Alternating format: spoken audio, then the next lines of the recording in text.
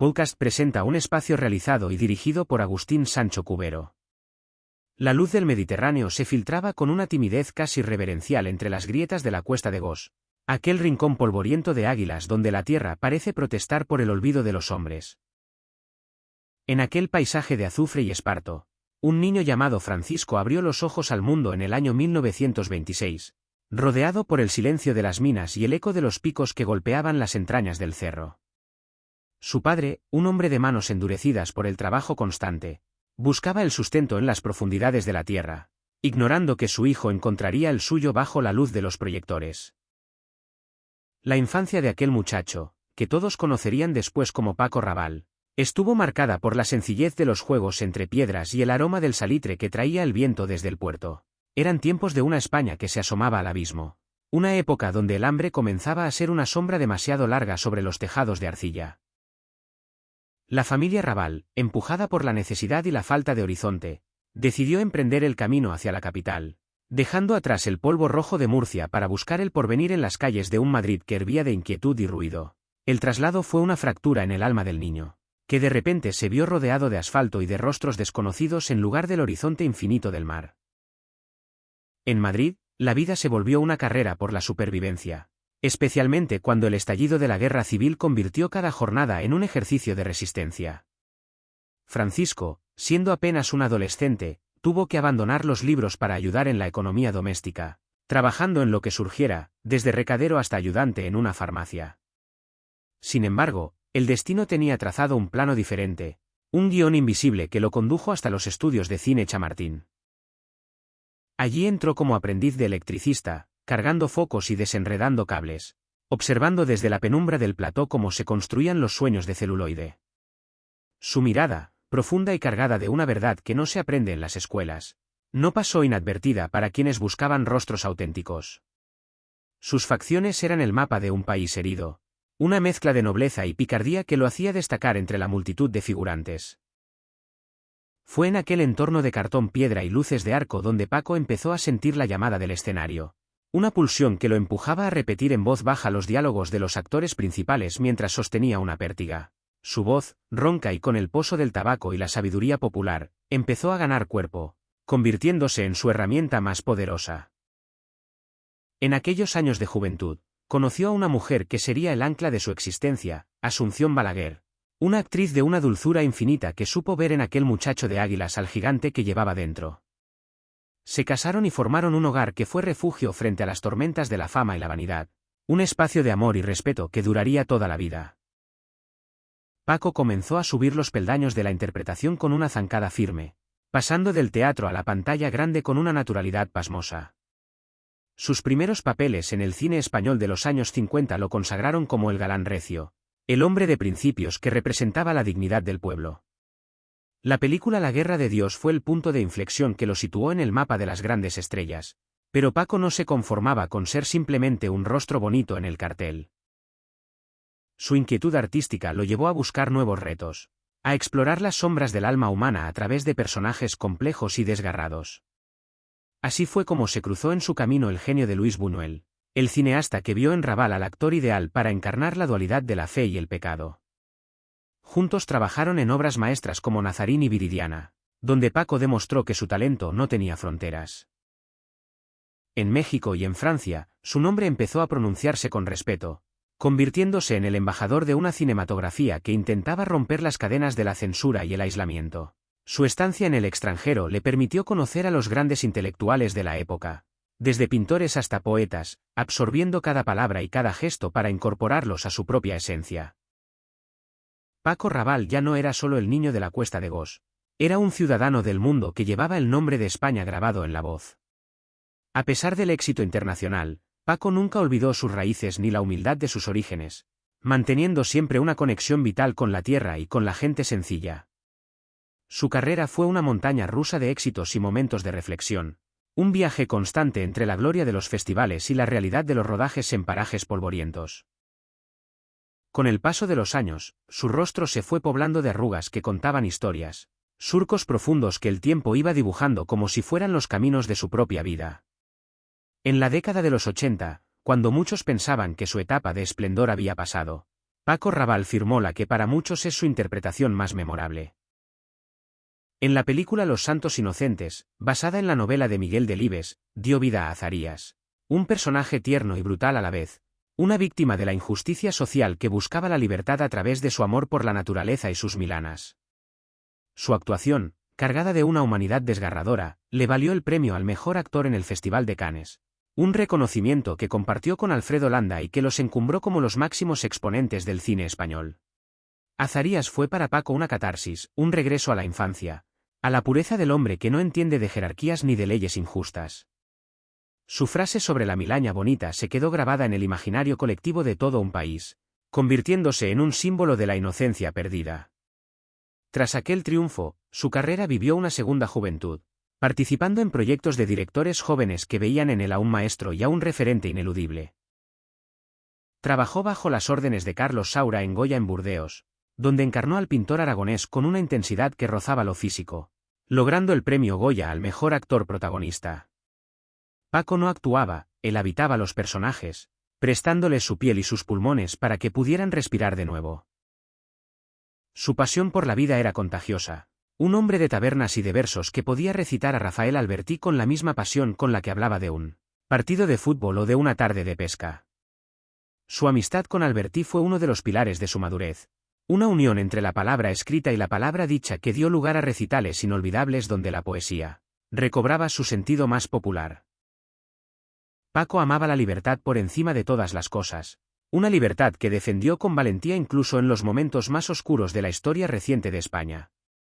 Se consideraba un comunista de corazón, un hombre comprometido con los derechos de los trabajadores y con la justicia social, pero su ideología nunca fue una barrera para la amistad con personas de cualquier condición. Para él, lo más importante era la decencia, la lealtad y el respeto mutuo.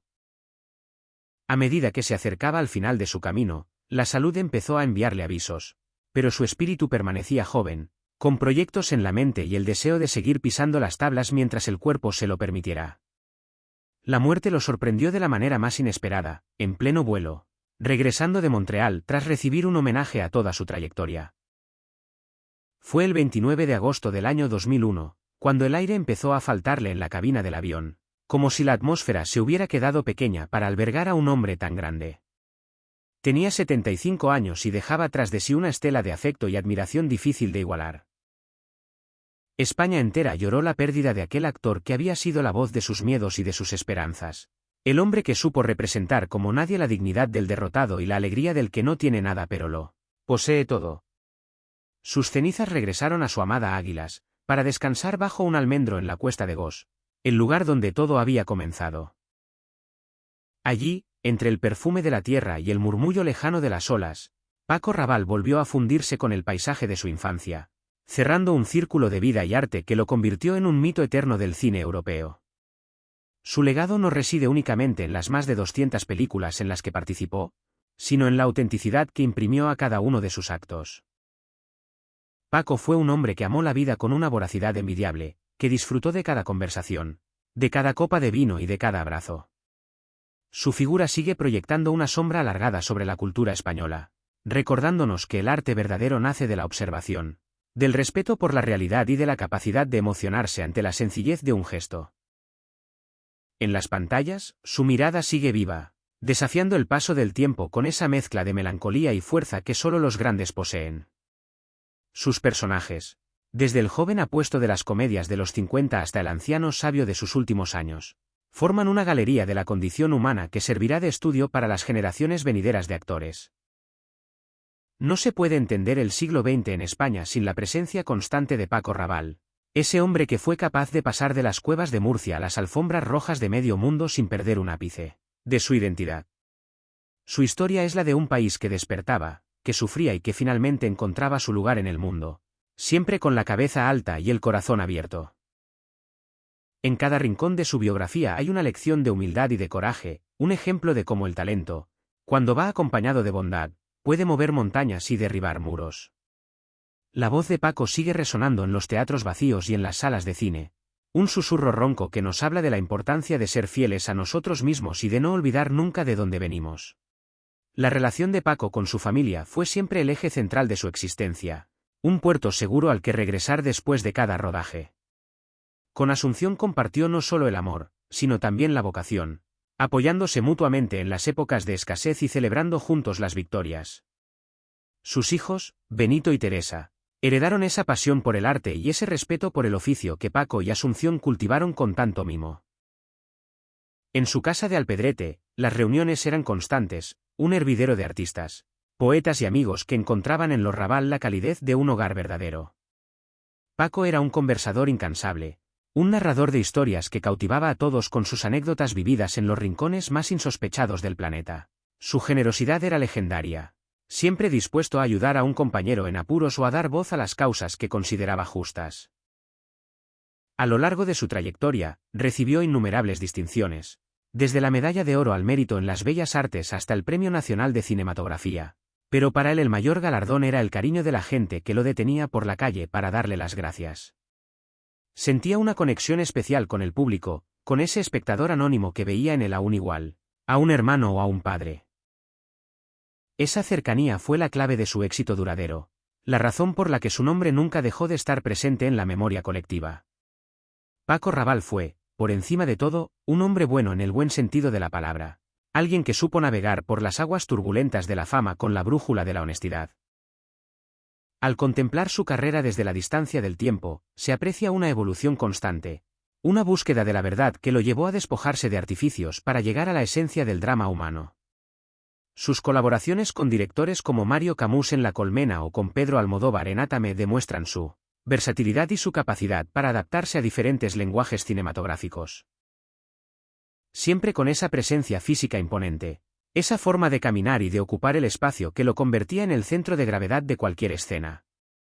Paco no necesitaba grandes aspavientos para transmitir una emoción, le bastaba con un leve movimiento de las cejas o una pausa en el discurso para decir más que 1000 palabras. La noticia de su fallecimiento aquel verano de 2001 dejó un vacío inmenso en el corazón de la cultura hispana. Las muestras de afecto llegaron desde todos los rincones, desde el Palacio Real hasta las barriadas más humildes de su Murcia natal. Se marchaba un hombre que había sido parte de nuestras vidas, alguien que nos había acompañado a través de la pantalla durante más de medio siglo. El traslado de sus restos a Águilas fue un acto multitudinario, un homenaje sentido de su pueblo que lo recibió como a un héroe que vuelve de la batalla. Las calles se llenaron de flores y de aplausos, un último tributo a quien siempre llevó el nombre de su tierra por bandera. Hoy, cuando volvemos a ver Los Santos Inocentes o Nazarín, descubrimos nuevos matices en sus interpretaciones, detalles que antes nos habían pasado inadvertidos y que ahora cobran un nuevo significado. La figura de Paco Raval se agiganta con el paso de los años, consolidándose como un referente ético y artístico para todos los que amamos el séptimo arte. Su vida fue un relato novelesco, una epopeya de superación y de pasión que nos enseña que el destino se construye con esfuerzo y con el valor de seguir nuestros sueños, por muy lejanos que parezcan. Bajo el almendro de la Cuesta de Gos, el niño que quería ser actor descansa finalmente en paz, sabiendo que su voz nunca se apagará mientras alguien recuerde su Milaña bonita. Su figura trasciende la mera actuación para convertirse en un símbolo de la resistencia cultural española. En los años donde el cine era una de las pocas ventanas abiertas a la esperanza, Paco puso su rostro al servicio de historias que hablaban de la necesidad de cambio y de la búsqueda de la libertad. Su paso por Italia le permitió trabajar con directores como Michelangelo Antonioni en El Eclipse, demostrando que su capacidad expresiva era universal y que podía medirse con las estrellas más rutilantes del cine europeo sin complejos. Fue un hombre de una curiosidad intelectual insaciable, alguien que leía a los clásicos y se interesaba por las nuevas corrientes artísticas, siempre con la mente abierta y el juicio crítico afilado. En el ámbito personal, Paco Raval fue un hombre de una vitalidad arrolladora, alguien que no concebía el aburrimiento y que siempre encontraba un motivo para brindar.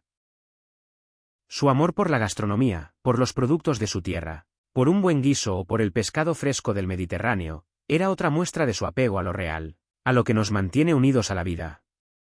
No era extraño encontrarlo en algún mercado, charlando con los vendedores con la misma naturalidad con la que hablaba con un jefe de Estado. Para él, la aristocracia residía en el espíritu y en la nobleza de las acciones, no en los títulos ni en las riquezas acumuladas. La memoria de Paco está ligada también a la poesía de los marginados, a esos seres olvidados que él rescató del anonimato a través de sus personajes. Fue el mendigo que conservaba su orgullo intacto, el minero que luchaba por un jornal digno, el bandolero que buscaba justicia en los montes. Cada papel era para él una oportunidad de dar voz a quienes no la tenían, de poner el foco sobre las injusticias que a menudo preferimos ignorar. Esa conciencia social fue la brújula que guió su carrera, eligiendo proyectos que tuvieran algo que decir, algo que aportara a la reflexión colectiva. Al cumplirse años de su partida, el recuerdo de Paco Raval sigue siendo un faro para muchos. Su biografía, escrita con la tinta del esfuerzo y el sudor del trabajo bien hecho, es un testamento de lo que significa ser un artista íntegro. No buscó el aplauso fácil ni se dejó deslumbrar por los oropeles de la celebridad efímera.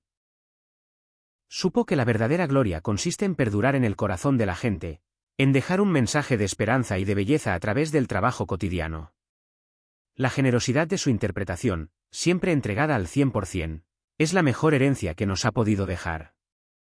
Su sombra sigue paseando por los platós de televisión y por los escenarios de los teatros nacionales, inspirando a los nuevos talentos que ven en él la encarnación de la pasión escénica. Paco nos enseñó que para actuar hay que vivir primero, que no se puede interpretar el dolor o la alegría si no se han sentido antes en las propias carnes. Su vida fue, en efecto, un largo ensayo para los papeles que el destino le tenía reservados, una preparación constante para ese gran escenario que es la existencia humana. Cada viaje, cada encuentro, cada desengaño y cada triunfo fueron las notas de la sinfonía que compuso con sus pasos. En los archivos de la Filmoteca Nacional, los rollos de película conservan la luz de su mirada y el eco de su voz, tesoros que pertenecen ya al patrimonio de todos. Pero más allá de las imágenes grabadas, Paco Raval vive en la anécdota contada en una barra de bar, en el verso recitado en una escuela de provincias, en el orgullo de un pueblo que se siente identificado con su trayectoria. Fue el muchacho que salió de la mina para conquistar el mundo, pero que siempre guardó un trozo de carbón en el bolsillo para no olvidar de dónde venía. Su historia es la historia de todos nosotros, una narración de luces y sombras que al final se resuelve en un destello de pura humanidad. Paco Raval fue un gigante de la escena, pero sobre todo fue un hombre fiel a sus principios y a su gente. Su partida nos dejó un poco más huérfanos, pero su recuerdo nos hace sentir más fuertes. Al cerrar los ojos, todavía podemos imaginarlo caminando por la playa de Águilas, con el sol de la tarde bañando su rostro curtido, sonriendo ante la inmensidad del mar que tanto amó. Su voz sigue ahí, susurrando palabras de aliento, recordándonos que mientras haya un hombre que sueñe y una cámara que lo capte, la magia del cine y de la vida seguirá adelante, imparable y eterna. Su trayectoria cinematográfica fue tan extensa que resulta difícil destacar solo unos pocos títulos, pero es inevitable mencionar obras como Sonatas, donde encarnó la elegancia decadente del Marqués de Bradomín, o su participación en superproducciones internacionales que llevaron su rostro a los cines de todo el planeta. A pesar de los grandes presupuestos y de la parafernalia de Hollywood, Paco siempre prefirió la calidez del cine europeo, ese cine de autor que permitía profundizar en las contradicciones del individuo y en las heridas de la sociedad. Su compromiso con el cine español fue inquebrantable, participando en numerosas óperas primas de directores que apenas empezaban, aportando su experiencia y su prestigio para que sus historias pudieran ver la luz. Espacio realizado y dirigido por Agustín Sancho Cubero. Gracias por su atención. Hasta la próxima edición del programa.